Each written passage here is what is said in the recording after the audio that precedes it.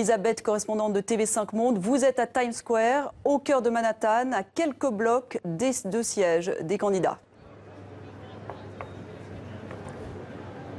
Effectivement, à Times Square, où un silence règne de façon spectaculaire. Il y a des milliers de personnes rassemblées ici.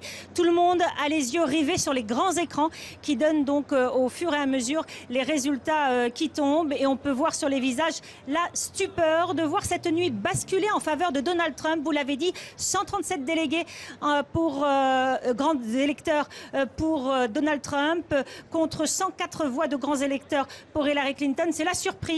Ici à New York, ça fait en nombre de voix 49% en faveur de Trump, 47% pour Hillary Clinton, 2%.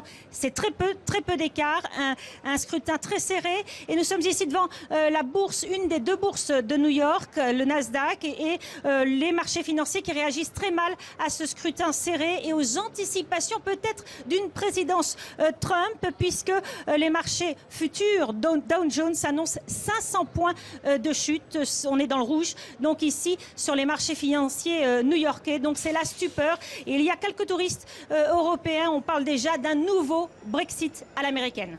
Elisabeth, New York vote traditionnellement démocrate, mais le score est très incertain en ce moment. Est-ce que les supporters des deux camps, y compris ceux de Trump, sont aussi venus à Times Square ?